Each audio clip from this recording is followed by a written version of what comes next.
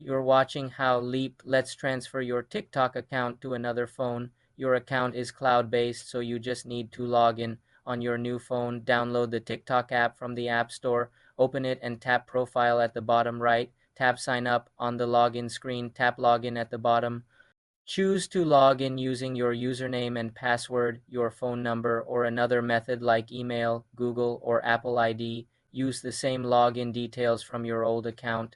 If you use two-factor authentication, you'll need to enter the code sent to your phone or email. Once logged in, your entire account videos, followers, drafts will load on the new device. There is no data to physically transfer. If you can't remember your password, tap Forgot Password on the login screen to reset it. For more simple computer tutorials, subscribe to the channel.